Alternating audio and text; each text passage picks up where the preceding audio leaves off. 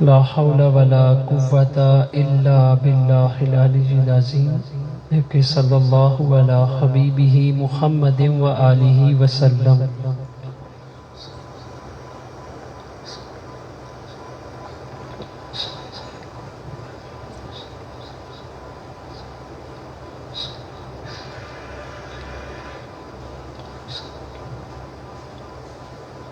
صلی اللہ علی حبیبہ محمد وآلہ وسلم۔ حسبنا اللہ ونعم الوکیل، حسبنا اللہ ونعم الوکیل۔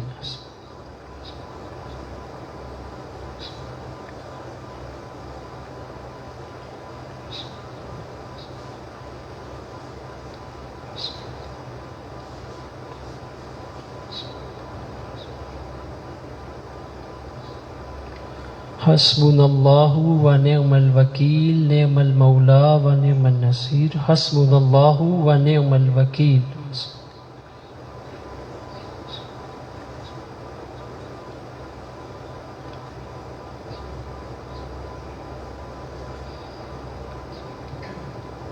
حسبنا اللہ ونعم الوکیل۔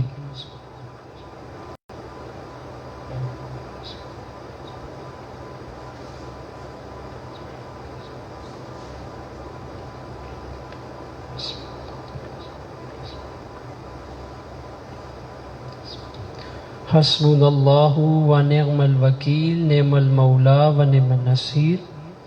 کہ صلی اللہ علی حبیبہ محمد وآلہ وسلم۔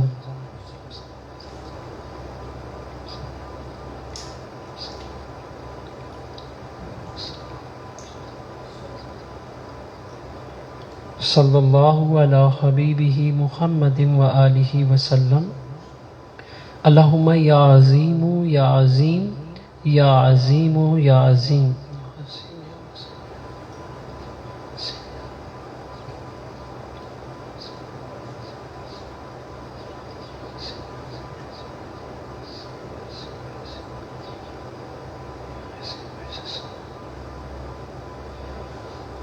یا عظیم یا عظیم یا عظیم یا عظیم یا عظیم والعز والمجد والکبریاء یا عظیم یا عظیم یا عظیم یا عظیم۔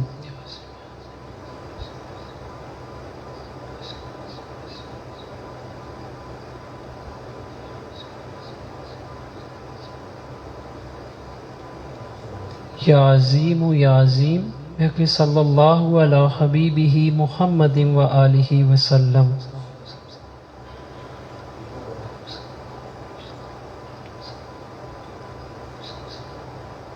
صلی اللہ علی حبیبہ محمد وآلہ وسلم۔ اللہم یا ولی یا ولی یا ولی یا ولی۔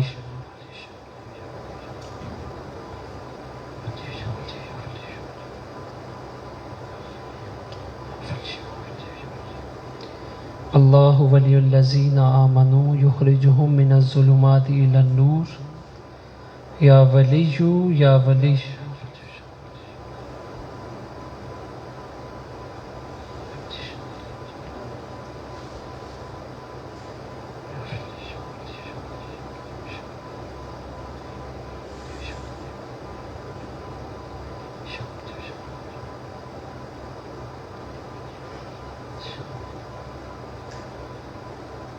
یا ولی یا ولی یا ولی یا ولی۔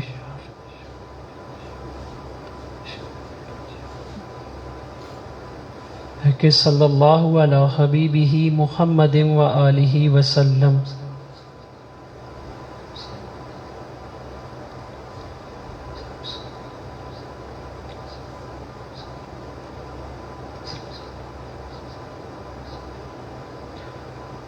صلی اللہ علی حبیبہ محمد وآلہ وسلم۔ الفاتحہ۔ بسم اللہ الرحمن الرحیم۔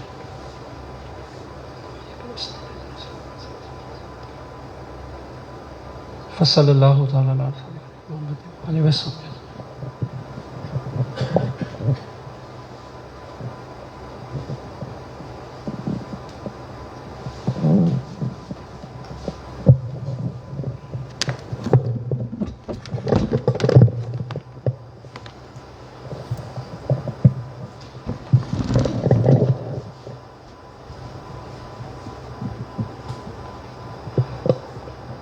بسم اللہ الرحمن الرحیم الحمد للہ رب العالمین والعاقبۃ للمتقین والصلاة والسلام علی سید الانبیاء والمرسلین قال اللہ تعالی فی القرآن المجید بسم اللہ الرحمن الرحیم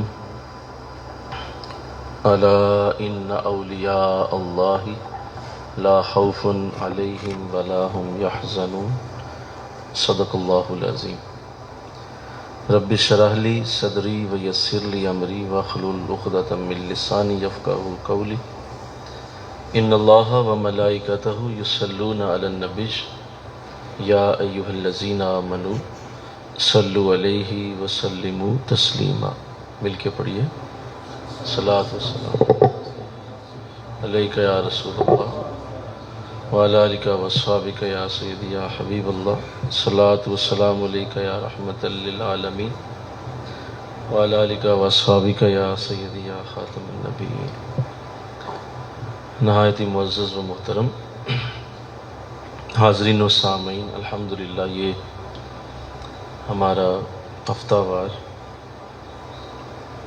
درس محبت، درس تصوف کا مبارک سلسلہ ہے جو الحمدللہ مکتوب نمبر 3 میں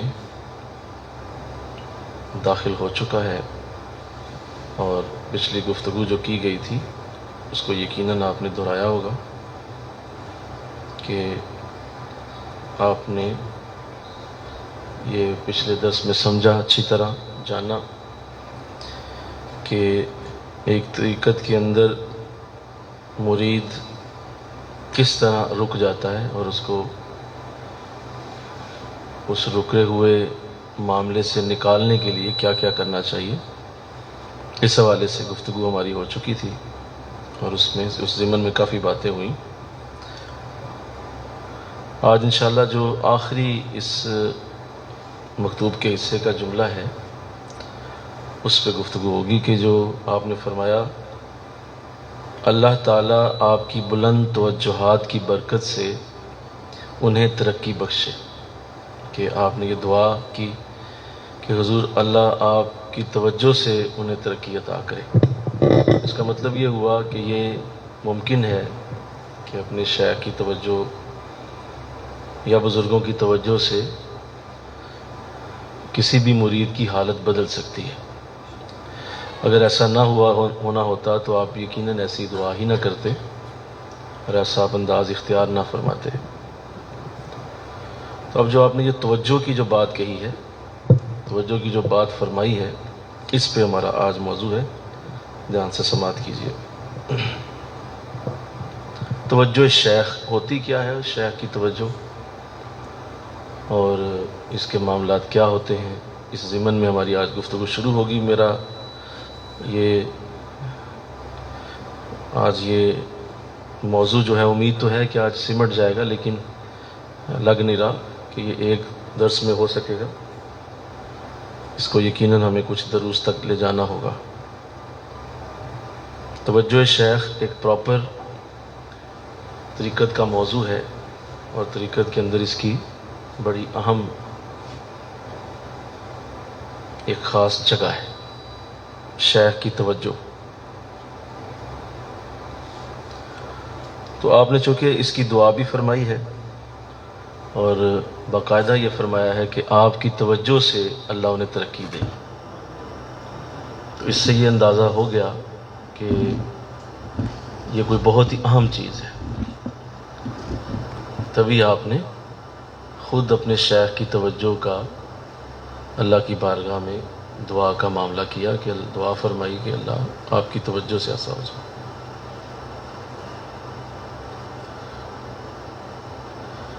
ویسے اگر اوورآل بات کی جائے توجہ شیخ کو فی الحال اگر آپ تھوڑا سا بیک اینڈ پہ لے جائیں، صرف توجہ کا لفظ ہی اگر آپ ذہن میں رکھیں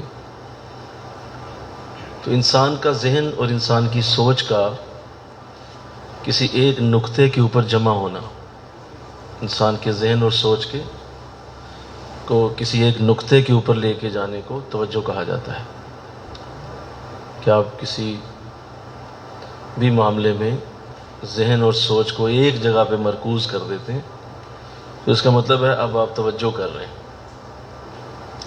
اور ارد گرد سے آپ نے اپنے آپ کو محفوظ کر لیا ہے اور آپ کا ذہن ایک ہی جگہ پہ مرکوز ہے. یہ بہت بڑی دولت ہے اور یہ بہت بڑا اللہ کا کرم ہے کہ جس شخص کو توجہ کرنی آ جائے اور توجہ کو سمیٹنا آ جائے اور توجہ کو وہ اچھے انداز سے کرنے کی صلاحیت رکھتا. اور اگر میں سادہ الفاظ میں ایک بات کروں آپ سے تو وہ یہ ہے کہ اس دنیا میں بہت بڑا مرض جو سالکین کو لگتا ہے، اسٹوڈنٹس کو لگتا ہے یا اس راستے کے مسافرین کو لگتا ہے، وہ یہی ہے کہ یہ ڈسٹرب مائنڈڈ لوگ ہوتے ہیں. ذہن بکھرا ہوا ہوتا ہے، ذہن بکھرا ہوا ہوتا ہے اور ذہن کے اندر وہ مرکوز ہونے کی صلاحیت نہیں ہوتی. بیٹھے کہیں ہوتے ہیں، سوچ کہیں ہوتی ہے. بھئی آپ مسجد میں ہیں تو مسجد کے اندر رہیں نا، آپ کا ذہن مسجد سے باہر ہے. آپ شیخ کے پاس موجود ہیں لیکن ذہن آپ کا شیخ کے پاس نہیں ہے، سوچ آپ کی ان کے پاس نہیں، وہ کہیں اور گئی ہوئی اور آپ اسے کنٹرول بھی نہیں کر پا رہے. ایک بہت بڑا ایشو ہے، بہت بڑا مرض ہے، فساد ہے، بہت بڑی یہ تکلیف ہے، اذیت ہے کہ آپ ایک جگہ اپنے ذہن کو مرکوز نہ کر پائیں. بلکہ بزرگوں نے توجہ کو ایک جن سے تشبیہ دی ہے.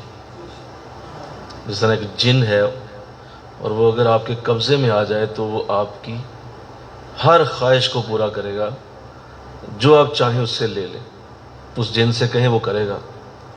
تو بزرگوں نے توجہ کو ایک جن کہا ہے کہ اگر آپ اسے قابو کر لیتے ہیں تو آپ دنیا میں کچھ بھی کر سکتے ہیں. کہ آپ کی توجہ قابو میں رہتی ہے اور کسی بھی جگہ آپ بیٹھے ہیں تو آپ اسی جگہ ہیں.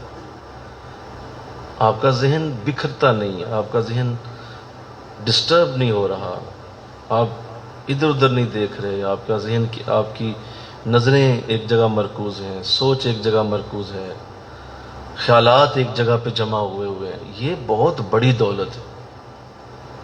ورنہ یہاں تو لوگوں کی کثرت پائی جاتی ہے جو ڈسٹرب مائنڈڈ لوگ. انہیں آپ مسجد میں بٹھا دیں، یہ مسجد میں سو رہے ہوں گے، باتیں ہو رہی ہیں اللہ کے قرب کی، حضور کی محبتوں کی باتیں چل رہی ہیں، انہیں نیند آئی ہوئی ہے، ذہن کنٹرول ہی نہیں. یا ذہن کہیں گیا ہوا ہے، سوچوں میں پھر رہے ہیں، وہاں کیا دیا تھا، اس کو کیا لینا تھا، وہ آنے والا ہے، وہ جانے والا ہے، اس کے بعد میں نے کہاں جانا ہے، فون آنے والا تھا نہیں آیا، ادھر وہ حضرت بات کر رہے ہیں، وہ سب ضائع ہوتا جا رہا ہے. یہ ایسے ہی ہے جیسے آپ کے سامنے سے کوئی قیمتی ہیروں کا ہار، قیمتی جواہرات کا تھال لے کے گزر رہا ہو اور وہ آپ کے قریب لے آئے وہ تھال اور وہ گزرتا جا رہا ہو لوگوں کے سامنے سے کہ بھائی جس کی مرضی ہے اٹھاتا جائے، میں نے تو گزرنا ہی گزرنا ہے، تو میں تو گزر رہا ہوں، تم اٹھا لو اپنا قیمتی ہیرا. لیکن محترم کا دھیان ہی کہیں اور ہے تو وہ تھال لے کے گزر گیا، لیکن وہ موقع ضائع ہو گیا کیونکہ آپ نے وہ وقت جو تھال سے وہ موتی اٹھانا تھا اس وقت آپ کا ذہن کہیں اور تھا، وہ تو گزر گیا لے کے. تو بالکل ایسے ہی یہ اوقات ہوتے ہیں جن میں اللہ کی رحمتیں اترتی ہیں، برکتیں اترتی ہیں. اگر توجہ نہ ہو تو آپ کعبہ کے سامنے بھی محروم ہیں، گنبد خضراء کے سامنے بھی محروم ہیں اور آپ اپنے حضرت کے سامنے بھی محروم ہیں کیونکہ آپ توجہ والے نہیں. تو یہ میں نے اوورال ایک توجہ بات کی. توجہ شیخ تو اس نیکسٹ چیپٹر ہے نا، اس لیے مرض کر رہا ہوں. پھر ایک بات اور بھی ذہن میں نشین کریں کہ ڈسٹرب مائنڈڈ ہونا اس کی کچھ علامات ہوتی ہیں. اللہ کرے آپ اس سے بچیں انشاءاللہ. کہیں وہ علامات ذہن میں رکھیں، اور اگر وہ آپ میں پائی جاتی ہیں تو اس پہ کنٹرول کریں، کیونکہ اگر آپ ڈسٹرب مائنڈیڈ پرسن ہیں، آپ اپنے کلاس روم میں بھی ناکام ہیں، آپ اپنی کسی بہت بڑی میٹنگ میں بھی ناکام ہیں، آپ کسی جگہ کوئی پریا بیٹھی ہے وہاں بیٹھے ہیں وہاں بھی ناکام، کیونکہ آپ بات ہی نہیں کر پائیں گے، ذہن آپ کا ایک جگہ ہے ہی نہیں، سوچ ایک جگہ پہ نہیں ہے، لہذا ذہن اور سوچ چونکہ مرکوز نہیں ہے، آپ میں قوت نہیں ہے۔ تو کچھ علامات ہوتی ہیں۔ پہلی علامت یہ ہے، اگر کوئی شخص بیٹھے ہوئے بار بار اپنی پوزیشن بدلے تو سمجھ لیں کہ وہ ڈسٹرب مائنڈیڈ پرسن ہے۔ بار بار کبھی وہ ٹانگ اس ٹانگ پہ رکھتا ہے، کبھی اس ٹانگ پہ رکھتا ہے، کبھی کہتا ہے نہیں یہ بھی میری پوزیشن ٹھیک نہیں، پھر وہ چینج کرتا ہے، پھر وہ گھٹنے کے اوپر رکھتا ہے یوں ہاتھ، پھر ادھر رکھتا ہے، پھر وہ کہتا ہے نہیں یہ بھی صحیح نہیں، پھر وہ ایک گھٹنا کھڑا کر لیتا ہے، کبھی چونکڑی مارتا ہے، کبھی اتحیات میں آتا ہے، یعنی وہ اپنی پوزیشن بار بار بدلتا ہے۔ سمجھ لیں کہ یہ شخص اپنی توجہ سے محروم ہے، اس کا ذہن ٹھیک نہیں ہے، ذہنی بیمار آدمی ہے کہ یہ بار بار پوزیشن، اس کو اپنی پوزیشن پہ اعتماد ہی نہیں کہ میں جہاں بیٹھا ہوں میں صحیح نہیں بیٹھا، یہ صحیح نہیں میری پوزیشن، اس کو اپنی پوزیشن بدلتے پہ ہی ٹائم لگ جانا ہے، سامنے بات اس نے کیا سننی، سمجھ آ رہی ہے بات؟ تو وہ ضائع ہو گیا وقت، ایک یہ علامت ہوتی ہے۔ لہذا جب بھی جہاں بھی بیٹھیں، صوفے پہ بیٹھیں، چیئر پہ بیٹھیں، چارپائی پہ بیٹھیں، زمین پہ بیٹھیں، ایک پوزیشن رکھیں اپنی، اور بڑا کوئی تکلیف ہو تو بدل دیں، بڑی تکلیف ہو مثلا گھٹنے میں درد ہو رہی ہے یا کمر میں درد پین شروع ہو گئی ہے، آدھا گھنٹہ پونا گھنٹہ ہو گیا تو بدل لیں تھوڑی سی۔ یہ کیا ہر دوسرے سیکنڈ میں پوزیشن بدل رہی ہے، ہر تیسرے سیکنڈ میں پوزیشن، اس کا مطلب ہے کہ آپ کا ذہن وہاں نہیں ہے۔ تو یہ پہلی علامت ہے۔ دوسری علامت یہ ہے کہ اپنے ہاتھوں کو بار بار وہ شخص کبھی کسی حالت میں پکڑے گا، کبھی کسی حالت میں پکڑے گا، کبھی اس کے کڑاکے نکالنا شروع کر دے گا، یوں کرے گا، کبھی ایسے کرے گا، کبھی چینج کرے گا ہاتھوں کو، کبھی ادھر رکھے گا، کبھی ادھر رکھے گا، ہاتھوں کی موومنٹ اس کے کنٹرول میں نہیں ہے۔ تو یہ بھی اس کی علامت ہے کہ آپ ڈسٹرب مائنڈیڈ پرسن ہیں، آپ کو پہلے اپنے ذہن کا علاج کرانا چاہیے، اپنے ہاتھوں کو موو نہ کریں، آپ جہاں بیٹھے ہوئے ہیں اسی حالت میں رہیں۔ آپ دیکھیے یہی چیز آپ کو نماز میں نظر آتی ہے، نماز میں اللہ آپ کے ہاتھوں کو باندھ دیتا ہے، نتھنگ ایور، آپ موو بھی نہیں کر سکتے، ہاتھوں باندھ دیا جاتا ہے آپ کے ہاتھوں کو کہ آپ یوں ہی رہیں گے بس۔ اور اگر آپ نے اتحیات میں ہے تو بولو یوں ہی رہیں گے، آپ اتحیات میں یہاں تو نہیں رکھ سکتے، بولیے کہ یہاں رکھ سکتے ہیں، آپ نہیں رکھ سکتے، آپ کو اتحیات میں یہی رکھنے ہیں۔ رکوع میں آپ کے ہاتھ باندھ دیے جاتے ہیں، سجدے میں آپ کے ہاتھ باندھ دیے جاتے ہیں، موومنٹ ہاتھوں کی بند کر دی جاتی ہے تاکہ آپ مرکوز کر سکیں توجہ۔ یہ دوسرا انداز ہے، اس سے بچیں کہ اپنے ہاتھوں کی انگلیاں چٹکانا، کڑاکے نکالنا، ادھر ادھر ہاتھوں کو موو کرنا، یہ بھی اس بات کی علامت ہے کہ آپ ڈسٹرب مائنڈیڈ پرسن، توجہ نہیں آپ کی مرکوز۔ تیسری علامت یہ ہے کہ آپ کو بار بار جسم پہ خارش ہو رہی ہے، اور آپ کبھی کہیں خارش کرتے ہیں، کبھی کہیں خارش کرتے ہیں، کبھی ادھر خارش ہو رہی ہے، کبھی ادھر، یہ بھی اس بات کی علامت ہے کہ آپ کا ذہن مرکوز نہیں ہے، اور آپ مسلسل جسم پہ چھیڑخانی کر رہے ہیں، کبھی کپڑے ٹھیک کرتے ہیں، کبھی اپنی سامنا حصہ ٹھیک کرتے ہیں، کبھی گریبان پہ چیک کرتے ہیں، کبھی بٹن ٹھیک کر رہے ہیں، کیا کر رہے ہیں آپ؟ یہ بھی علامت ہے اس بات کی، بار بار نہ کیا جائے اس کو، اس سے بھی بچنا چاہیے، یہ مرکوز ہونے کی علامت نہیں۔ چوتھی بڑی خاص ہے جس سے بچنا ہے آپ نے، کہ جب آپ کسی بھی جگہ بیٹھے ہوں تو اپنے ذہن کو مرکوز جو نہیں کر پاتے لوگ، ان میں یہ علامت ہوتی ہے کہ وہ دیکھ تو سامنے والے کو ہی رہے ہوتے ہیں لیکن ان کے ذہن میں کوئی اور نقش چل رہا ہوتا ہے۔ دیکھ وہ سامنے ہی رہے ہیں اور دیکھنے والے کو پتہ چل رہا ہے مجھے ہی دیکھ رہا ہے، لیکن ایسا نہیں ہوتا، وہ اپنے ذہن میں کسی اور کو دیکھ رہے ہوتے ہیں، اور یہ بہت ہی خطرناک چیز ہے۔ اس میں آپ کے ہاتھ بھی موو نہیں ہو رہے، آپ کا جسم بھی ایک جگہ بیٹھا ہوا ہے، لیکن آپ کا جو ایکچوئل جو آپ کا شعور ہے وہ وہاں نہیں ہے، وہ شعور کسی اور جگہ ہے. اور اس کی ایک وجہ ہو سکتی ہے کہ آپ وہاں زبردستی بٹھائے گئے، آپ وہاں پہ کسی مجبوری سے بیٹھے ہوئے ہیں، کسی نے آپ کو پکڑ کے بٹھایا ہوا ہے، کسی کے ڈر سے بیٹھے ہوئے ہیں، لہٰذا آپ کا ذہن وہاں نہیں ہوگا اور آپ کے اندر عکس کسی اور جگہ کا چل رہا ہوگا اور آپ اس عکس کی وجہ سے وہاں بیٹھنے کی برکت سے محروم ہوں گے، ضائع ہو جائیں گے. تو یہ 4 مختلف انداز ہیں. پہلا بولو جی، اپنی پوزیشن چینج کرنا. دوسرا بولو ہاتھوں کو موو کرنا. تیسرا بولو خارج کرنا جسم پہ. چوتھا بولو ذہن کے اندر کسی اور شخص کا خاکہ یا کسی اور جگہ کی تصویر لگا کے بیٹھے ہونا، حالانکہ بیٹھے آپ سکول میں ہیں، بیٹھے یونیورسٹی میں ہیں، بیٹھے کالج میں ہیں، بیٹھے آپ درس میں ہیں، لیکن آپ درس میں نہیں ہیں. یہ چوتھا معاملہ زیادہ خطرناک ہے، بہت خطرناک. تو یہ ہے توجہ، اور جس نے اس کو قابو کرنا، کمال قسم کی اس کو طاقت مل گئی کہ اس کو توجہ کرنا آتی ہے. وہ جہاں بیٹھتا ہے وہیں کا ہوتا ہے، ادھر ہی ذہن ہے اس کا. اللہ. بلکہ میں اگر یوں کہوں کہ آج دنیا میں جتنی آپ ایجادات نے ایجاد کر لی صرف اپنی توجہ کے اوپر، وہ ایک جگہ پہ اپنی توجہ مرکوز کرتے، ضرور وہاں سے کوئی نہ کوئی چیز انہیں سمجھ آ جاتی، کوئی نہ کوئی ان کے لیے نقطہ نکل آتا. اور جو لوگ ایسا نہیں کرتے ان کی توجہ بکھرتی رہتی ہے، وہ کچھ بھی نہیں صحیح کر پاتے. بھئی آپ ایک کیل ٹھوکتے ہیں، اس کے لیے توجہ کی ضرورت ہے. بولو نا بھئی، کیل ٹھوکنا ہے آپ نے، تو اگر آپ کی توجہ نہیں ہے تو آپ کے ہاتھ پہ تھوڑی لگے گی. ذہن ادھر ادھر گیا، سیدھی تھوڑی ہاتھ پہ. حالانکہ کیل ہے ایک چھوٹا سا، لیکن وہ بھی توجہ کے بغیر نہیں ٹھک سکتا. جب وہ توجہ سے بغیر نہیں ٹھک سکتا تو اللہ کی معرفت کیسے ٹھکے گی تیرے ذہن میں اگر تیری توجہ ہی نہیں.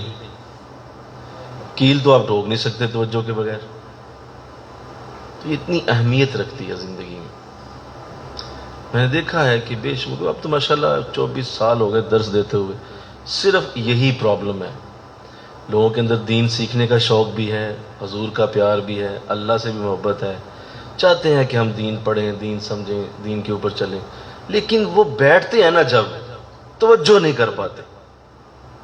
ان کا ذہن ڈسٹرب ہوتا ہے، وہ کسی اور جگہ ہوتے ہیں. اور یہ میں اس کو ایک اس طرح بھی کہوں گا کہ یہ نفس کا ایک ایکسٹریم لیول کا وار بھی ہے. اس کو نفس کا وار بھی کہا جا سکتا ہے، کیونکہ وہ جب آپ کو دیکھتا ہے کہ آپ گھر سے وضو کر لیا، وہ کہتے ہیں اب تو کچھ نہیں ہو سکتا. کام شام ادھر ادھر ڈالے گا آپ پہ، آپ نے ارادہ کیا جانا ہی جانا ہے، لہٰذا وہ فیل ہو گیا. راستے میں بھی وہ فیل ہو گیا، آپ کو نہیں روک سکتا کیونکہ ہاتھ سے تو پکڑ نہیں سکتا وہ، لہٰذا راستہ بھی طے ہوتا ہوتا آپ درس والی جگہ پہنچ گئے. اب وہاں جب درس والی جگہ پہنچا ہے، اب وہاں بھی وہ دیکھ رہا ہے کہ اب اس طرح اس کو یہاں کیسے ڈسٹرب کرو. تو پھر وہ آخری بار یہی کرتا ہے کہ چلو آ بھی گئے ہو، وضو بھی ہے، نماز بھی پڑھ لی ہے، لیکن جو تعلیم اب تجھے ملنے لگی ہے نا وہ تجھے نہیں لینے دوں گا، اس کے لیے اب تمہارا ذہن ڈسٹرب کر دوں گا، وہ نہیں ملے گی. اب جس کے لیے آئے ہو نا، چلو راستہ ہوا سارا معاملہ، وہ تو ہم چلو تم نکل آئے، اللہ کی رحمت تمہارے ساتھ تھی، لیکن جو اصل تعلیم اب تجھے ملنے لگی ہے وہ نہیں ملنے دوں، تو جو ڈسٹرب ہو جائے گی. آپ نماز کے اندر ہی دیکھ لیں لوگوں کا کیا حال ہوتا. بولیے، ایک رکعت پڑھی ہے، دوسری پھر بھول گئی ہے، تیسری کی پتہ نہیں چوتھی ہے، پتہ نہیں یہ پانچویں ہے. تو ہر دوسری نماز میں یہ حال ہو رہا ہے. بتائیے، اس کا مطلب پہلے نا بیٹھ کے توجہ کرنا سیکھو، توجہ کرنے کو سمجھ لو، اس کے بعد نماز کے معاملات تمہیں سمجھ آئیں گے، ورنہ نہیں آئیں گے. اور اس میں دیکھیں حضور اسلام نے جو حکم دیا کہ جب کوئی نمازی نماز کے لیے کھڑا ہو تو وہ اپنا دھیان سجدے والی جگہ پہ رکھے. یہ کیا ہے؟ یہ توجہ ہے کہ بھائی تمہارا دھیان ادھر ہو. ادھر ادھر دیکھو گے تو تمہاری ذہن میں بھی خلل آئے گا، توجہ بھٹک جائے گی، سوچ بکھر جائے گی. تو وہ بھی یہی ہے کہ نماز میں ایک جگہ پہ، سجدے والی جگہ پہ حکم دیا کہ تم نے نظر رکھنی، وہ بھی یہی. تو انشاءاللہ کہہ دیجیے ذرا، اللہ توفیق دے دے، اور ان چیزوں کو جانیے. اور آپ بڑے لوگوں میں بیٹھیں گے، جب بزرگوں میں بیٹھیں تو ان چیزوں کا خیال رکھیں اور ان کو غور سے دیکھا کریں کہ یہ لوگ کیسے بیٹھے ہوتے ہیں. اور یہ جو ایگزیکٹوز ہوتے ہیں بڑے بڑے اداروں کے، ان کے انداز دیکھیں کہ وہ کس طرح سے کھڑے ہوتے ہیں، کس طرح بیٹھتے ہیں. نظر آئے گا کہ یہ بندہ بڑا ڈٹرمائنڈ اور بڑا یہ ایک ویل فوکسڈ آدمی ہے. ٹھیک ہے. اور جتنے بھی یہ لال بلال ہوں گے نا، یہ ہل بلال، یہ سارے ایسے ہی ہوں گے. کبھی ٹانگیں ادھر مار رہے ہوں گے، ٹانگیں ادھر مار رہے ہوں گے، ادھر بیٹھ جائیں گے، ادھر بیٹھ جائیں گے. اس طرح فضول قسم کی حرکتیں. ان کا جسم بتا رہا ہوگا کہ یہ شخص ڈسٹرب مائنڈیڈ. اور آنکھیں مٹکا رہے ہوں گے، کبھی کدھر دیکھتے ہیں، کبھی کدھر دیکھتے ہیں. بھائی آپ کا سکون کیوں نہیں؟ آپ اس کا مطلب یہ ہے کہ آپ اندر سے ڈسٹرب ہیں. ایک اور بھی ہے جو توجہ نہ ہونے کا سبب ہے، وہ بھی یہی ہے. وہ بھی ہے ایک پوائنٹ، اللہ کرے وہ بھی سمجھ آئے جب، لیکن وہ کم ہوتا ہے. جو لوگ بہت زیادہ باتیں کرتے ہیں وہ بھی اصل میں توجہ کرنے سے محروم ہوتے ہیں. باتوں نہیں، باتیں ہی باتیں، باتیں ہی باتیں، باتیں ہی باتیں. انہیں کسی جگہ چین ہی نہیں آ رہا ہوتا. تو یہ بھی اس بات کی علامت ہے کہ یہ شخص اندر سے ڈسٹرب ہے. ورنہ کم بولتا، تھوڑا کلام کرتا، اور جو بولتا وہ بہترین بولتا. پھر کہ وہ سبحان اللہ. لیکن چونکہ وہ بولتا جا رہا ہے تو یہ بھی توجہ کے نہ ہونے کی وجہ سے. تو یہ میں نے ابھی اس لیے عرض کر دیا تاکہ یہ اگر کسی جگہ بھی ان میں سے کچھ بھی پایا جاتا ہے تو اللہ اس سے محفوظ کرے اور یہ اس سے محفوظ کرے. اسی لیے ہم فقہا نے لکھا کہ اگر کوئی شخص اپنی نماز کے اندر ایسی حرکات کرے کہ وہ حرکات دیکھنے والے کو یہ لگے کہ یہ نماز نہیں پڑھ رہا، تو فقہا نے واضح لکھا کہ اس کی نماز ٹوٹ گئی. کہ وہ اس نے ایسی حرکت کی ہے نماز میں کہ دیکھنے والا گزرا اور اس کی نظر اس پہ پڑی تو اسے یوں لگا کہ یہ ویسے ہی کھڑا ہے، یہ نماز نہیں پڑھ رہا، یہ ویسے ہی بیٹھا ہوا ہے. تو وہ نماز ٹوٹ چکی. کیوں؟ اس نے اتنی حرکت کی ہے وہ والی. کوئی بھی، چاہے کپڑے سیٹ کیے ہیں، چاہے خارج کی ہے، چاہے اس نے کوئی ادھر ادھر کوئی اپنے جسم کو ہلایا ہے، تو دیکھنے والے کو لگا کہ یہ نماز نہیں پڑھ رہا، تو بس وہ واقعی ٹوٹ چکی نماز. ہاں ہلکی پھلکی آپ نے کر لی ہے تھوڑا بہت تو پھر ٹھیک. تو توجہ کی اتنی ویلیو ہے.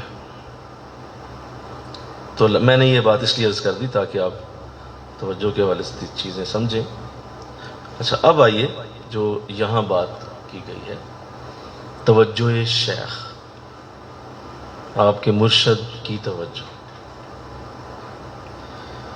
اللہ دے انشاءاللہ کہو کہ ان کی توجہ آپ پہ ہو اور ان کا دھیان آپ پہ ہو اور ان آپ کی ایسی خوبیاں ہوں کہ ان خوبیوں کی وجہ سے وہ آپ کی طرف توجہ کریں. ویسے تو سورج سب کے لیے چمکتا ہے، بولو، سورج سب کے لیے چمکتا ہے. یہ نہ سمجھنا کہ شیخ توجہ نہیں دیتا، وہ ویسے تو سب کے لیے ہی توجہ ہوتی ہے، وہ چل ہی رہا ہوتا ہے. لیکن اصل توجہ کی مثال اس محدب عد سے جیسی ہے، کنکیو لینس جیسی ہے، جو آپ نے کبھی سنا ہوگا. جو لوگ سائنس کے طالب علم ہیں انہوں نے وہ ایکسپیریمنٹ کیا بھی ہوا ہے. کنکیو لینس کو آپ کسی کاغذ کے اوپر رکھیں، مرکوز کریں، تو وہ اس کی سورج کی شعاؤں کو ایک نقطے پہ لا کر تو کاغذ پہ ڈالتا ہے اور نیچے سے آگ لگ اٹھتی ہے. یہ ہے شیخ کی اصل توجہ کہ وہ آگ لگ جاتی ہے نیچے. مطلب وہ ویسے آپ سارا دن کاغذ رکھیں دھوپ میں، آگ نہیں لگے گی. سارا دن رکھیں، صبح سے لے کر دوپہر، شکر دوپہر اسے چھت پہ رکھا ہے، آگ نہیں لگے. اسے آپ ساڑ نہیں سکیں گے. وہ آگ تب لگے گی جب اس کے اوپر محدب عدسہ آئے گا، کنکیو لینز آئے گا. اور کنکیو لینز بھی کسی خاص پوزیشن پہ آئے گا اور وہاں سے پھر وہ ٹرانسفر ہوگی، وہ ریز ٹرانسفر ہوں گی اور نیچے کاغذ چل جائے گا. پھر ہم رہ جائیں گے، یار نہ تو دیا سلائی جلائی ہے، نہ کوئی شہر نظر آئی ہے، نہ ہی کوئی آیا ہے آگ لے کے، نہ کوئی گیا ہے آگ لے کے. یہ آگ کہاں سے آ گئی؟ اوف، اس سے بہتر آپ توجہ شیخ کو نہیں سمجھا سکتے. نہ کوئی آیا نہ کوئی گیا. اعلیٰ حضرت نے بھی اپنے شعر میں یہی کہا ہے. عمران صاحب کو شاید نیند آ رہی. اعلیٰ حضرت نے بھی یہی کہا ہے نا جی. کیا؟ نہ کوئی آیا نہ کوئی گیا. وہ شعر ہے نا اس میں جو دل والی کہ میرا دل کدھر گیا، نہ کوئی آیا نہ کوئی گیا. وہ یہی ہے. آپ اصل میں اس میں یہی فرما رہے ہیں کہ میرے دل کو ہوا کیا ہے. کوئی نہ آیا لے کے کوئی شے، نہ کوئی گیا لے کے کوئی شے. اس کا مطلب ہے کہ حضور نے ڈائریکٹ توجہ فرمائی، کرم فرمایا ہے. تو توجہ کی مثال یہی ہے. بہترین اگزامپل ہے. باقی رہنے دیں، چھوڑ دیں، اور بھی بڑی ہیں. کوئی میرے دل کو ڈھونڈے اللہ. تو اب اس میں یہ میں جو عرض کرنا چاہ رہا تھا، یہ تو چلو اگزامپل دیا آپ کو سمجھانے کے لیے کہ توجہ شیخ کا انداز یہی ہوتا ہے کہ دے وہ سب کو رہا ہوتا ہے، لیکن کسی میں کچھ خاص خوبی دیکھتا ہے. وہ خاص خوبی کی وجہ سے اس کو خصوصی توجہ سے نوازا جاتا ہے، اور وہ خصوصی توجہ پھر آگ لگاتی ہے. اور یہ کہنا کہ جی سارے مرید کیوں نہیں ولی بن جاتے، یہ فضول بات ہے. اور یہ جیسے آقا دو جہاں صلی اللہ علیہ وسلم کے بارے میں یہ بات اگر کی جائے کہ حضور نے حضرت ابو طالب کو کیوں توجہ نہیں دی، استغفر اللہ، تو یہ فضول بات ہوگی نا. آگے لینے والے پہ منحصر ہے نا کہ وہ اس کو لے سکتا ہے کہ نہیں لے سکتا. باقی صحابہ کو آپ نے توجہ دی ہے نا، کتنی توجہ دی ہوگی. تو سیدنا ابو طالب کو کیوں نہیں دی؟ بھائی دی تھی، لیکن وہ آگے جس طرح کی استعداد تھی وہ نہ ہو سکا اس طرح. تو ایسے ہی دیکھیے نا، آپ اس کنکیو لینس کے نیچے ایسا کریں پتھر رکھ دیں، جلے گا؟ بولو سارے نہیں، صحیح بولو. کیوں؟ کیونکہ اس میں جلنے کی خوبی نہیں ہے. وہ جل نہیں پائے گا نا. وہ ویسے ہو سکتا ہے ہیٹ اپ ہو جائے، لیکن وہ آگ جلنا نیور. نیچے پتھر ہے، آپ کنکیو لینس اس کے اوپر لے آئیں اور جتنا چاہے آپ گھنٹے 2 رکھیں، وہ جلے گا نہیں، کیونکہ اس میں لینے کی صلاحیت نہیں. یہ امپورٹنٹ بات ہے.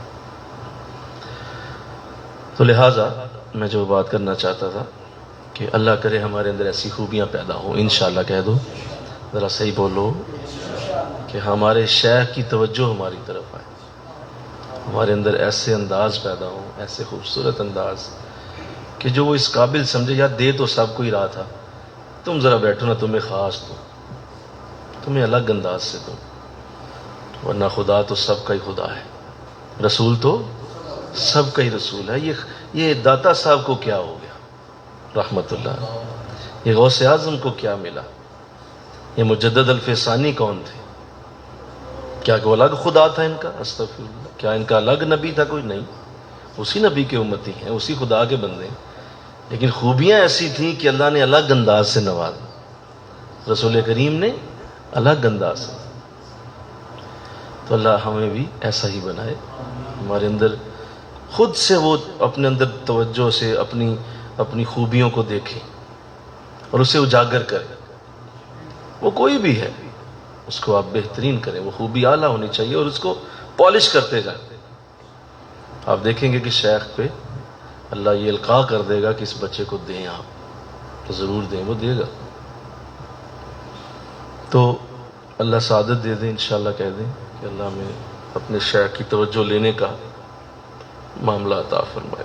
پھر یہ بھی ہے نا کہ اگر وہ توجہ دے بھی دیں تو توجہ دیں اور محبت کریں، پیار کریں، تو ظاہر ہے یہ ان کی محبت ہے، پیار ہے کہ انہوں نے کیا.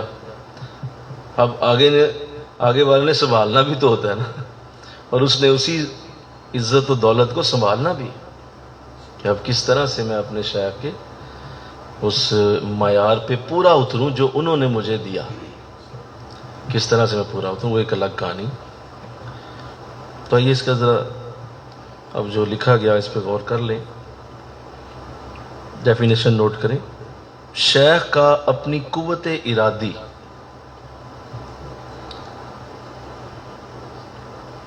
شیخ کا اپنی قوت ارادی اور قلبی طاقت سے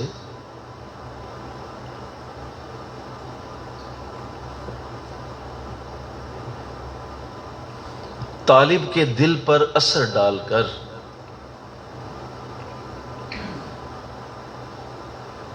شیخ کا اپنی قوت ارادی اور قلبی طاقت سے طالب کے دل پر اثر ڈال کر اس کی باطنی حالت میں تبدیلی پیدا کر دینا.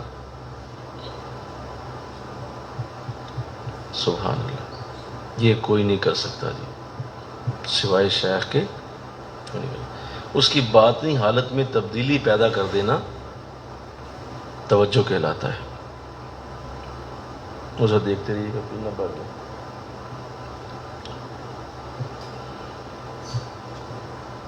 پھر دوہراؤں، بولیے جی.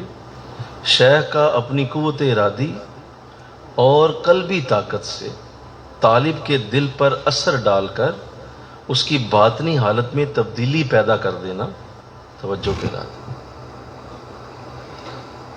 دو چیزیں ہیں. ایک ہے قوت ارادی، اس نے ارادہ کر لیا،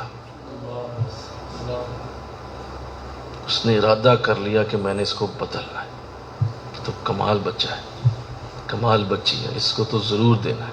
قوت ارادی، اس کے اندر اتنا زبردست یہ جذبہ آ گیا کہ نہیں، یہ کچھ اور ہے، اس کو جانے نہیں دینا. یہ ہے قوت ارادی. اور دوسرا ہے قلبی طاقت. اس کے قلب کی، اس کے دل کی ایک طاقت ہے. بھائی دیکھیں نا، اگر کوئی جسم سے ڈنڈ بیٹھ کے لگائے تو جسم میں طاقت آتی ہے، تو اگر کوئی دل سے اللہ اللہ کرے تو بتاؤ اس میں کتنی طاقت ہو.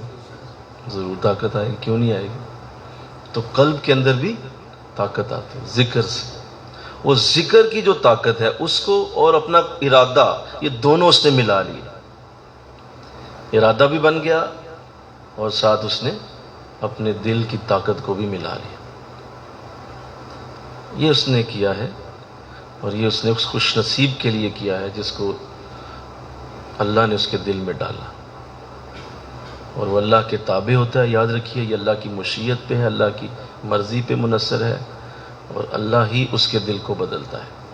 گو اس کی اپنی مرضی بھی بعض اوقات ہوتی ہے، اور اللہ سے وہ عرض بھی کر دیتا ہے کہ مولا مجھے موقع دے، اس بندے کو، اس بچے کو، اس مرید کو میں بدل دوں، مجھے موقع دو.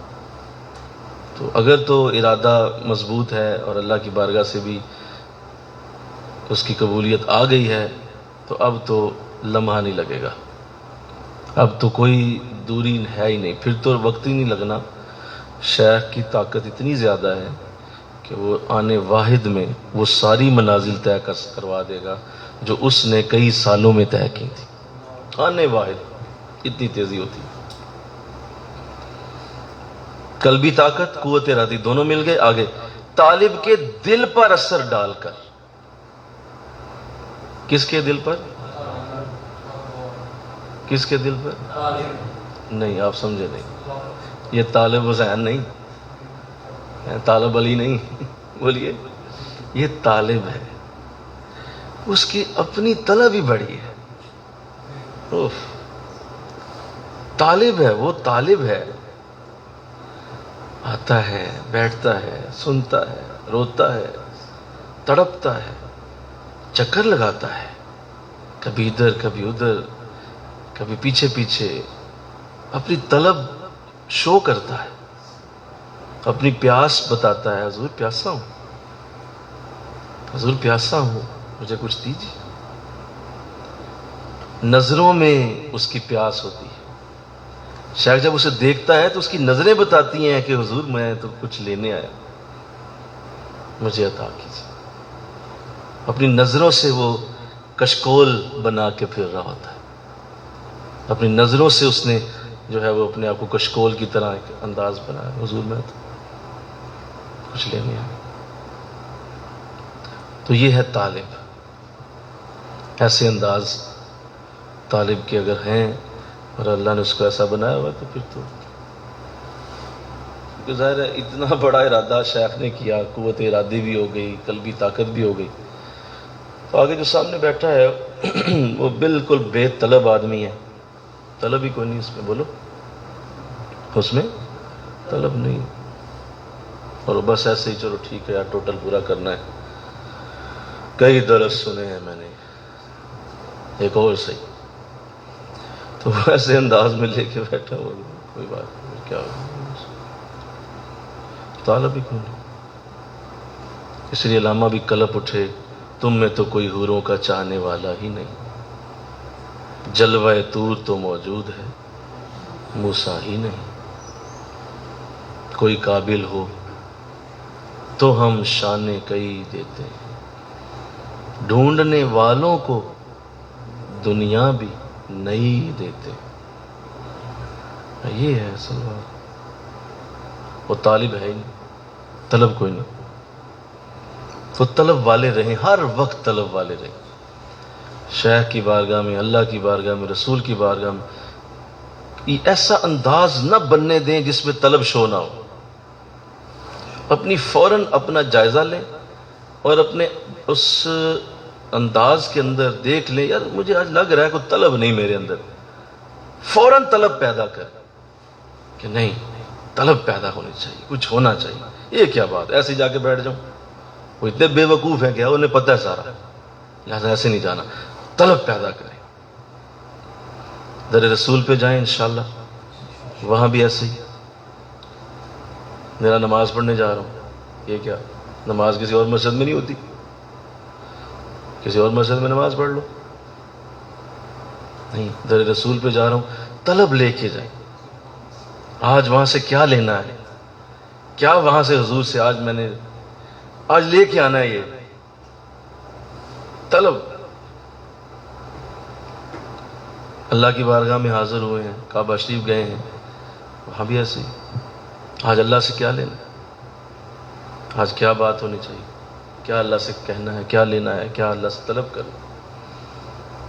تو یہ ہے مسئلہ کہ سب کچھ ہوتے ہیں، مرید بھی ہوتے ہیں، ذکر اذکار بھی لیکن طلب نہیں، طالب نہیں ہوتے. تو لفظ بڑا پیارا ہے، طالب کے دل پر اثر ڈال کر. یہاں دیکھیں بڑی حکمت سے مرید نہیں لکھا، بولیے مرید کے دل پر نہیں لکھا. اس کا مطلب مرید بہت ہوتے ہیں، طالب کم ہوتے ہیں.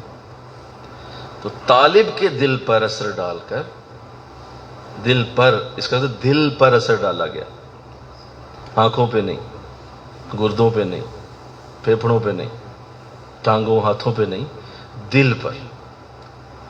تو دل ہی وہ جگہ ہے جہاں پہ اصل معاملہ ہے، اور یہی وہ جگہ ہے جہاں سے تمام معاملات آگے چلتے ہیں. تو دل کے اوپر وہ اپنی قوت استعمال کر کے، تو میں تھوڑا سا اگر اجازت دیں گے تو جاؤں گا آگے کہ دل پہ کیسے وہ جا سکتے ہیں.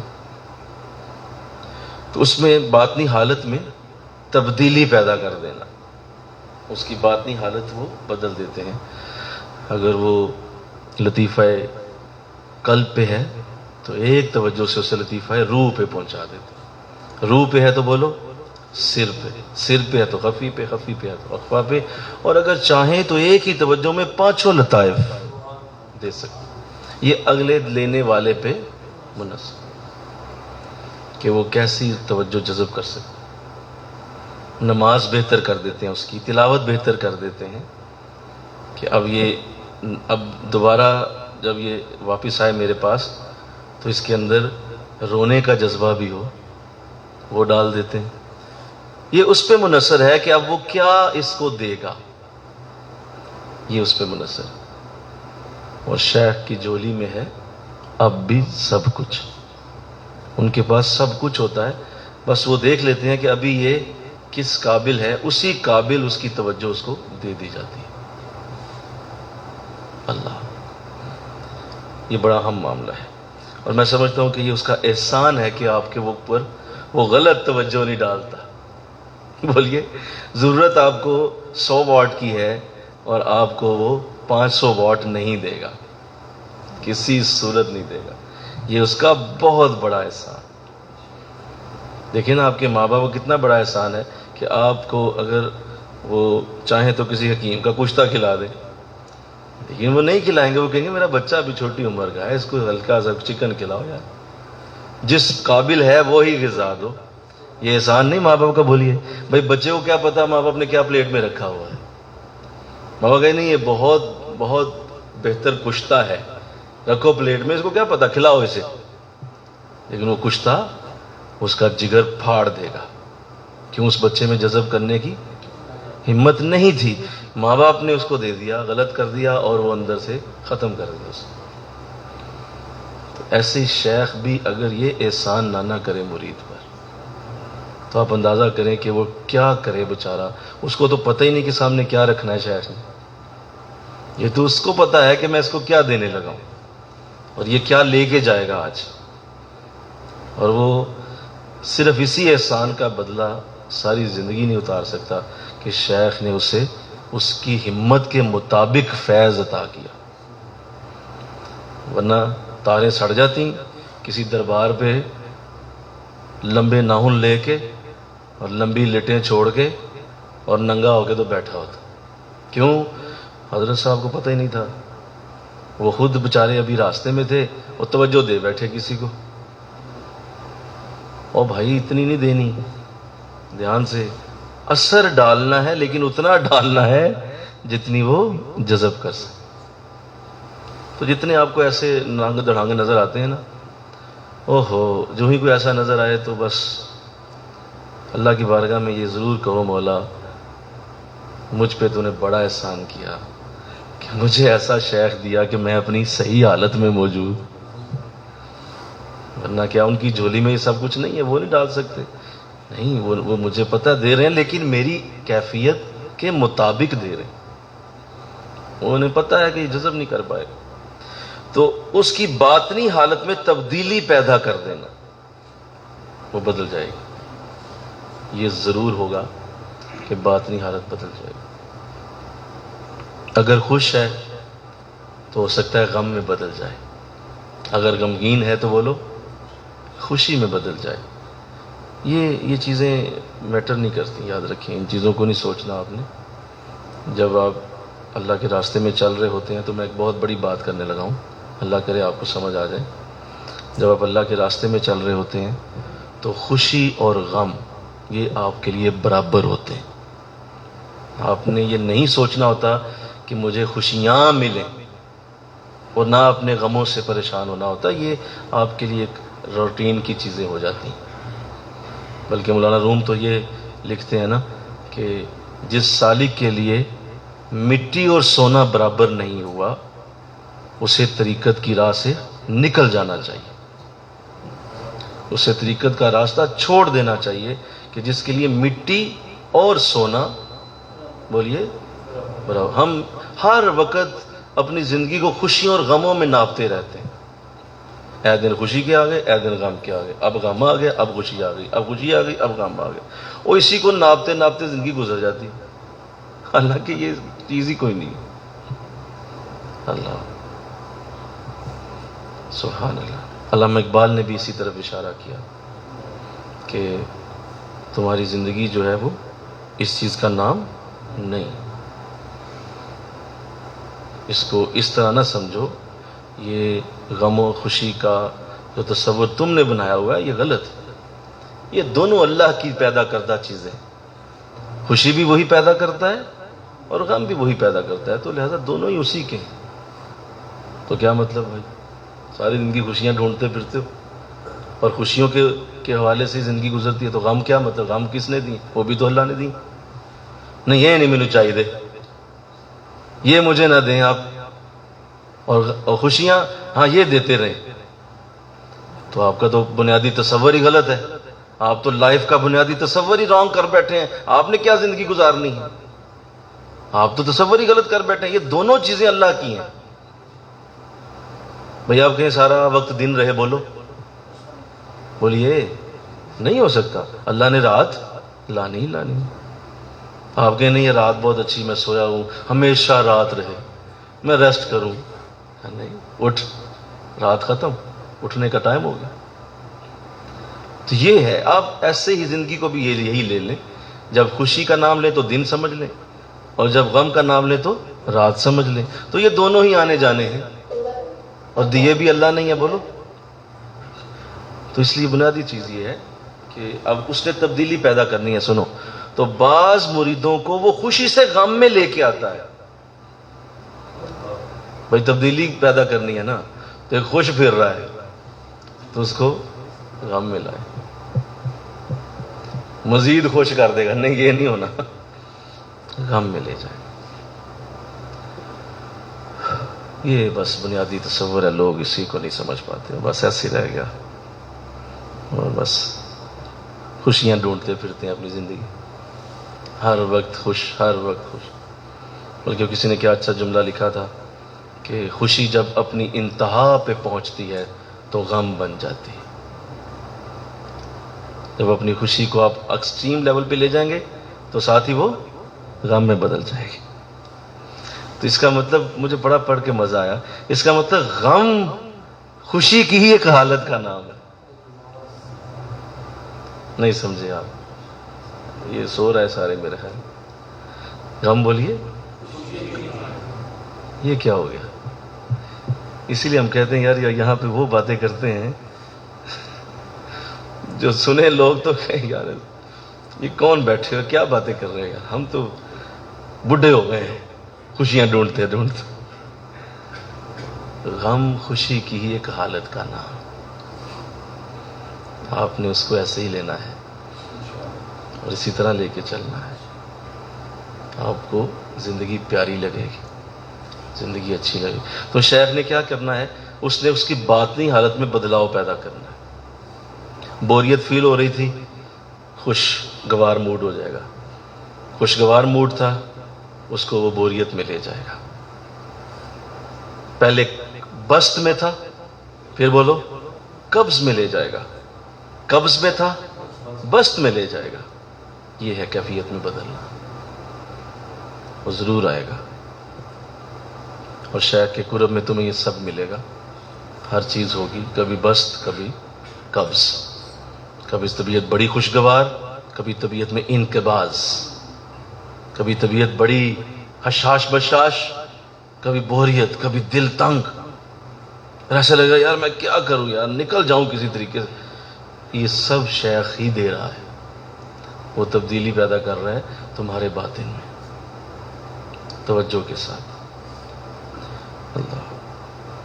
تو یہ بڑا ضروری ہے جس کو میں نے ابھی عرض کر دیا کہ یہ میں ایک اور بات کر دوں، اللہ کرے یہ بھی سمجھ آئے کہ شیخ کی توجہ جو ہے اس کا صرف ایک ہی مقصد ہوتا ہے، اور وہ مقصد یہ ہے کہ یہ پچھلے درجے سے اگلے درجے کی طرف جائے.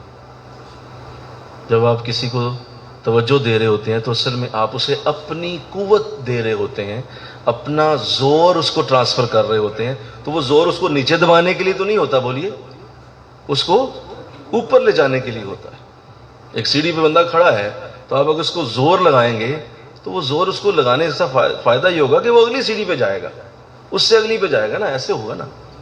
تو ایسے شیخ کی توجہ اگلی منازل کے لیے ہوتی ہے، اگلے درجوں کے لیے ہوتی ہے.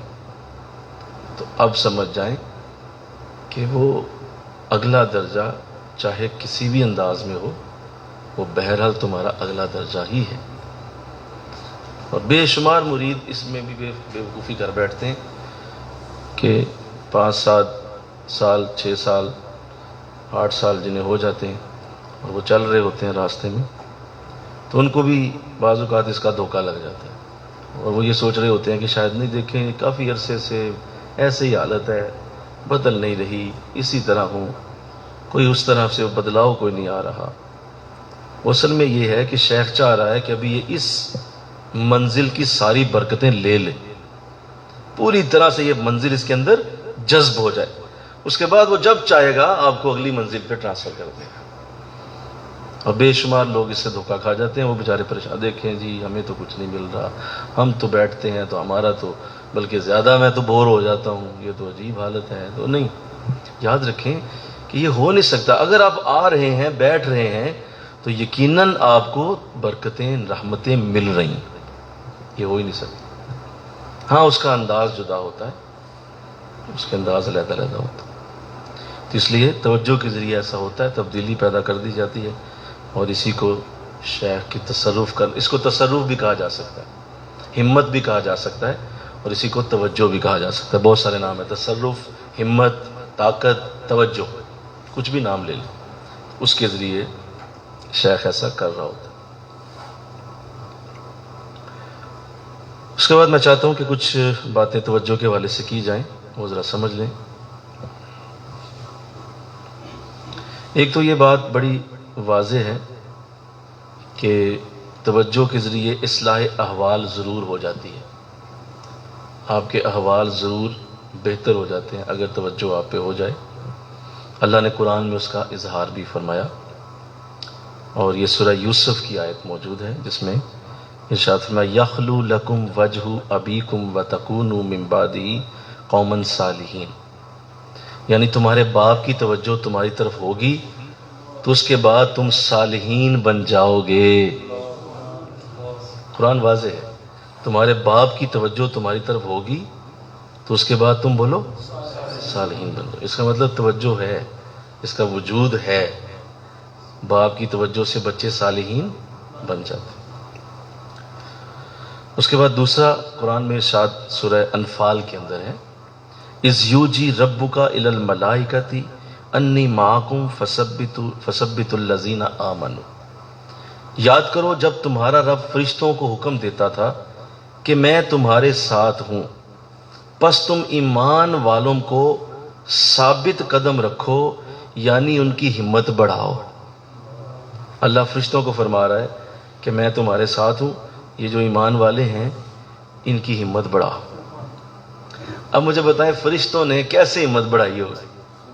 توجہ دی ہوگی.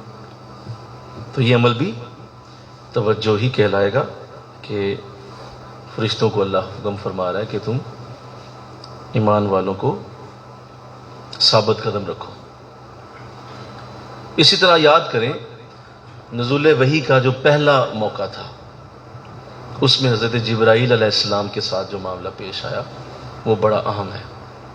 کہ جب آقا دو جہاں صلی اللہ علیہ وسلم غار حرا میں تھے اور جبرائیل تشریف لائے اور انہوں نے آ کے آپ کو ارشاد فرمایا کہ اقرا، تو آپ نے فرمایا ما انا بقاری، کہ میں پڑھا ہوا نہیں. تو آپ نے پھر فرمایا اقرا، پڑھیے. پھر آپ نے فرمایا ما انا بقاری، کہ میں پڑھا ہوا نہیں. پھر تیسری بار فرمایا اقرا، پھر آپ نے یہی جواب دیا. چوتھی بار حضرت جبرائیل علیہ السلام نے آپ کو پکڑ کر اپنے ساتھ لگا لیا، بھینچ لیا، جسم کے ساتھ آپ کا اتصال ہو گیا. فرشتے کا وجود حضور کے جسم کے ساتھ اتصال ہوا، مل گیا.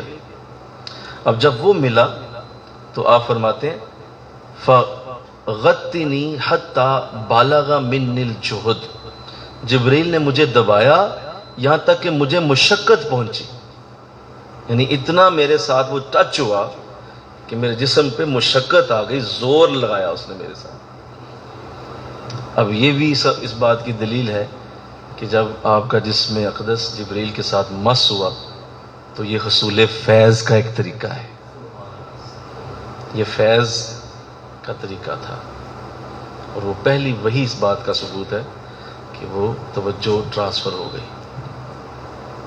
اور پھر حضور اسلام نے وہ قرآن پاک کی آیات پڑھی اور آپ نے انہیں بتائیں تو حضور پڑھنے لگے.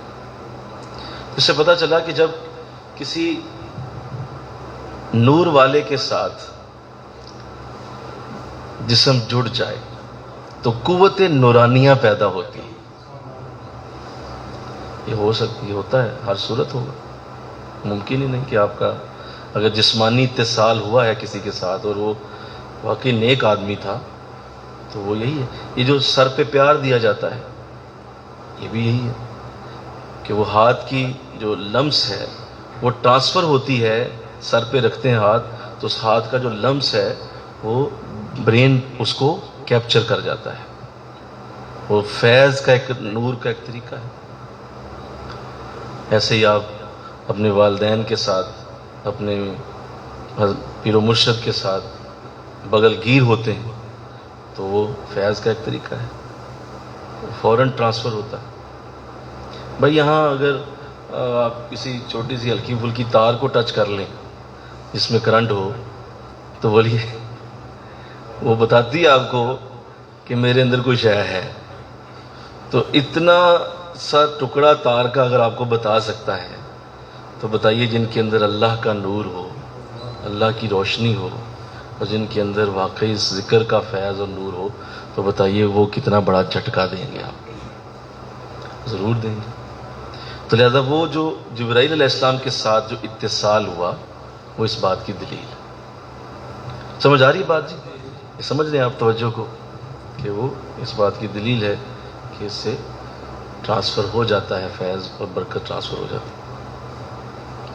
آقا دو جہاں صلی اللہ علیہ وسلم نے بھی اس کے بعد بہت سارے مواقع پہ ایسا کیا ہے. کسی کا ہاتھ پکڑا ہے، کسی کے ماتھے پہ ہاتھ لگایا ہے، کسی کے سینے پہ لگایا ہے، کسی کو اپنے ساتھ بٹھا لیا ہے، کسی کے ساتھ آپ نے سفر فرمایا ہے. تو بہت سارے آپ نے انداز سے مس کر کے فیض دیا، بہت سارے انداز.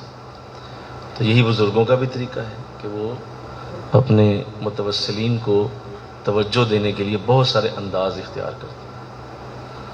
کبھی کسی انداز سے، کبھی کسی انداز سے، کبھی کسی انداز سے. ان کے لیے وہ جو مناسب ہوتا ہے وہی انداز وہ اختیار کر لیتے ہیں، اور اس کے پیچھے مطمع نظر یہ ہوتا ہے کہ میرے اندر جو برکت ہے وہ اس کے اندر ضرور جائے گی. یہ ہو ہی نہیں سکتا. بھئی آپ چھو گئے ہیں تو اب اس کے آگے رہ کیا گیا. یہ تو اتنا بڑا معاملہ ہے کہ اگر وہ چاہیں تو نظروں سے ٹرانسفر کر دیں، لیکن انہوں نے اس سے بھی اگلا لیول تمہارے ساتھ اختیار کیا کہ ان کے جسم کے ساتھ تمہارا جسم ٹچ ہو گیا. تو یہ بہت بڑی سعادت ہے اللہ. تو اس سے جو دلوں میں انقلاب آتا ہے، دماغوں میں انقلاب آتا ہے، وہ کوئی ڈھکی چھپی بات نہیں، وہ ڈھکی چھپی بات نہیں ہے. بڑے بڑے پھر ولی بنتے ہیں، بڑے بڑے نیک بنتے ہیں، بڑے بڑے اعلیٰ بنتے ہیں کہ ان کو کسی بزرگ کے ساتھ تھوڑی دیر کی صحبت حاصل رہی، تھوڑی دیر کے لیے وہ ان کے پاس بیٹھے تھے تو کہاں سے کہاں بات گئی اور اللہ نے زندگی بدل دی. تو یہ تو تواتر سے ثابت ہے، بے شمار اس کے دنیا میں اس کی مثالیں موجود ہیں. لوگ بہت زیادہ اس حوالے سے کتابوں میں لکھا گیا، پڑھا گیا کہ لوگوں کے اندر بدلاؤ آیا. اللہ. پھر ایک اور جو اس میں میں سمجھتا ہوں جس کو آپ نے آج اچھی طرح ذہن میں رکھ کے جانا ہے، وہ یہ ہے کہ جب بھی کبھی ایسا موقع مل جائے انشاءاللہ کہہ دیں، اللہ توفیق دے دیں کہ آپ کا اپنے شیخ کے ساتھ ایسا انداز ہو کہ وہ آپ کے ساتھ جسمانی طور پہ انہوں نے ہاتھ ملا لیا ہے، یا وہ آپ کے ساتھ بیٹھ گئے ہیں، یا وہ آپ کے ساتھ نماز پڑھ رہے ہیں اور آپ کو ان کے ساتھ قریب ہو کے ان کے جسم کے ساتھ موقع مل گیا ہے. تو پوری کوشش کریں. مثلا اگر نماز پڑھ رہے ہیں آپ ان کے ساتھ تو خود سے کوشش کریں کہ آپ ان کے جسم کے ساتھ اپنے جسم کو مس کریں. یہ ایک طلب کی علامت ہوتی ہے، اور شیخ کو یہ پیغام دینا ہوتا ہے کہ حضور میں نے تو یہیں تک جا سکتا تھا، اب اس سے آگے میری اوقات نہیں ہے، کیونکہ ظاہر ہے زیادہ لگوں گا تو ایک ڈسٹربنس ہوگی، تو ایسا نہیں میں چاہتا، لیکن میں نے شو کر دیا ہے کہ میں نے آپ کے ساتھ جسم چھوڑ دیا ہے، بس کافی ہے. اس کے بعد وہ جو دریا اور سمندر ٹرانسفر ہوتا ہے وہ تو اس کے لیے تو کوئی دو رائے نہیں. آپ دیکھیں نا، آپ یہاں سے جو بجلی دیکھ رہے ہیں چلتی ہوئی، بلب چل رہے ہیں، آپ لائٹ کا وجود دیکھ رہے ہیں، یہ صرف ان دو تاروں کے جڑنے سے ہے.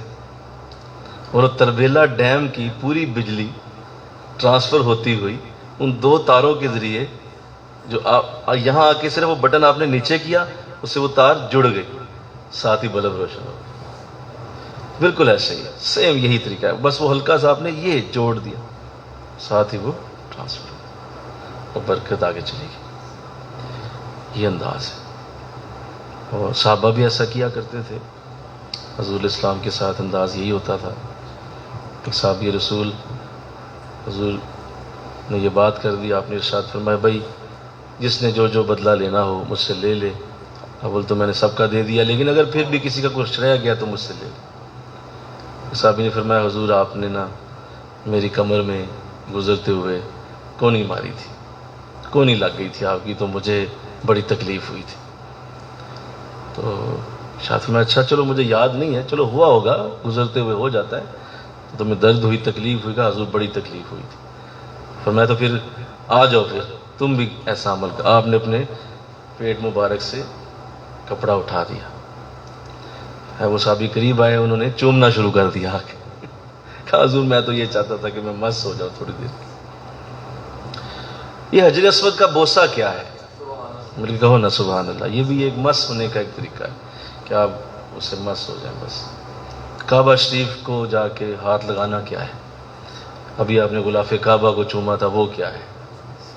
یہ سب فیض لینے کے طریقے، مست ہونے کے طریقے، کسی طرح سے میں جسمانی طور پہ مست ہوتا رہوں، یہ بہت بڑی برکت ہے۔ اب جن لوگوں کو یہ میسر نہ ہو، اور ظاہر دور ہوتے ہیں بہت سارے، جس طرح سیدنا اویس کرنی رضی اللہ تعالیٰ عنہ، کہ وہ بہت دور تھے اور انہیں حضور اسلام کے جسم اقدس کو مس کرنے کی توفیق نہیں ملی، بلکہ زیارت بھی نہیں کر سکے۔ تو ایسے لوگوں کا پھر یہی انداز ہونا چاہیے کہ وہ روحانی طور پہ ہر صورت ان کے ساتھ رہیں اور اپنے خیالات کو ان کے ساتھ جوڑ کے رکھیں۔ امید ہے اللہ اس کی برکت انہیں دے گا۔ لیکن بہرحال جسمانی صحبت کا کوئی مقابل نہیں، قطعاً نہیں ہے، نہ ہو سکتا ہے۔ یہ ہمیشہ ان میچبل ہی رہے گا کہ کوئی یہ شخص کہہ دے کہ نہیں میں چونکہ بہت زیادہ بڑی میں محبت کرتا ہوں، لیکن جو جسمانی انداز ہے وہ کسی صورت بھی اس کے ساتھ میچ نہیں کرے گا، وہ رہے گا۔ یہی وجہ ہے کہ جو آپ کے زیادہ قریب رہے، حضرت ابوبکر صدیق رضی اللہ تعالیٰ عنہ زیادہ درجہ پائے، اس کے بعد حضرت عمر زیادہ درجہ پائے، عثمان غنی زیادہ درجہ پائے، جو قربت میں زیادہ رہا بس زیادہ پائے۔ یہی اصول ہے، کیا کہیں۔ جیسے آقا صلی اللہ علیہ وسلم کی خدمت میں کچھ صحابہ آئے، انہوں نے جو ہے شکایت کی، ان کا حضور دیکھیے ہم غریب بھی ہیں، بے بس لوگ ہیں، کیا کریں؟ یہ امیر صحابہ جو ہیں یہ تو بہت جلدی برکت لے جاتے ہیں، یہ نماز روزہ بھی کرتے ہیں، ساتھ ساتھ یہ مال بھی خرچ کرتے ہیں، تو لہذا حضور ہمیں بھی کچھ ایسا بتائیں کہ ہم ان کے برابر ہو جائیں، مال تو ہے نہیں تو ان کے برابر ہو جائیں۔ تو اس نے فرمایا بڑا اچھا، حضور اسلام نے کچھ انہیں پڑھنے کے لیے دے دیا، اللہ کے نام نامی اس میں گرامی تھے، وہ انہوں نے پڑھنے کے لیے دیا کہ یہ آپ پڑھا کریں، آپ ان کے ساتھ ہی مل جائیں گے جو مال خرچ کرتے ہیں۔ کچھ دن کے بعد وہ پھر آ گئے، کہا حضور اب تو ایک اور مسئلہ کھڑا ہو گیا۔ کہا جی کیا ہو؟ کہا وہ جو آپ نے بتائے تھے ہمیں ورد وظائف، وہ انہیں پتہ چل گئے، اب وہ مال بھی خرچ کرتے ہیں، ساتھ وظیفے بھی پڑھ رہے ہیں، تو حضور اب ہم کیا کریں؟ تو آپ نے فرمایا اس کا اب کوئی حل نہیں، وہ جو مال بھی خرچ کرتا ہے ساتھ یہ وظائف بھی پڑھ رہا ہے، اب وہ آگے ہی جائے گا۔ اس لیے بعض چیزیں ایسی ہوتی ہیں کہ آپ انہیں میچ نہیں کر سکتے، تو یہ صحبت کا جو انداز ہے، یعنی ان کے ساتھ مس ہونا توجہ کا، یہ اسی میں سے ہے۔ اس کو آپ میچ نہیں کر سکیں، کسی صورت نہیں کر سکیں۔ تو اللہ سمجھنے کی توفیق دے۔ آج میں نے توجہ کے حوالے سے جو چند باتیں عرض کی، اور اللہ نے جو موقع دیا ہوا ہے، ابھی زندگی کے دن باقی ہیں، اللہ ہمیں مزید برکتیں لینے کی سعادت عطا فرمائے، اور ہر لحاظ سے توجہ کو اپنے بزرگوں کے ساتھ جوڑ کر اور ان کے ساتھ ان کا ہر لحاظ سے جسمانی فیض لے کر بھی توجہ لینے کی توفیق اللہ عطا فرمائے۔ وما علینا الا البلاغ۔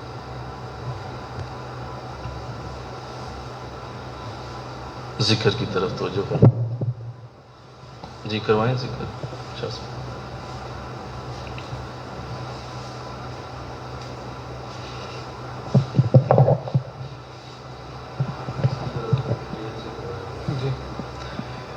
ذکر قلبی، دل کی دھڑکن سے دل آپ کا دک دک نہیں، اللہ اللہ اللہ کی صدائیں بلند کر رہا۔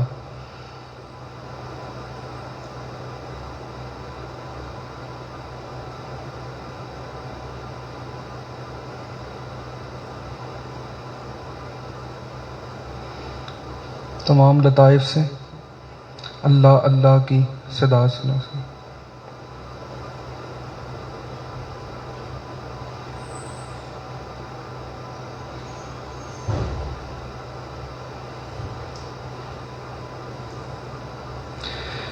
توجہ یہی ہو کہ آپ نہیں، آپ شیخ ہیں، اپنا وجود ختم کر کے اپنے وجود کو شیخ کا وجود تصور کر کے دل کی دھڑکن سے پھر اللہ اللہ کی صدا سنے، کرم زیادہ ہوگا۔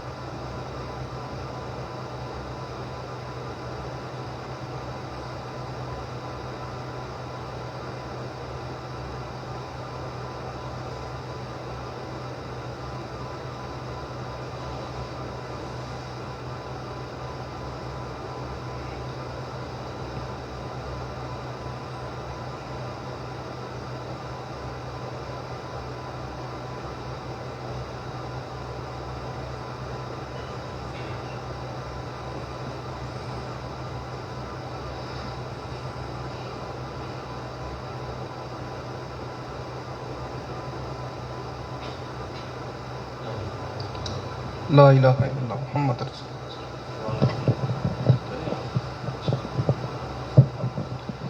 آمین اللہم صلی علی سیدنا و مولانا محمد وعلی آل سیدنا و مولانا محمد وبارک وسلم۔ ربنا آتنا فی الدنیا حسنہ وفی الآخرۃ حسنہ وقنا عذاب النار۔ الہ العالمین، تمام برکتیں، رحمتیں، فضل جو آج ہمیں نصیب ہوا، مولا اپنی رحمت فرما، ہمارے باطن میں سے جذب ہونے کی سعادت عطا فرما۔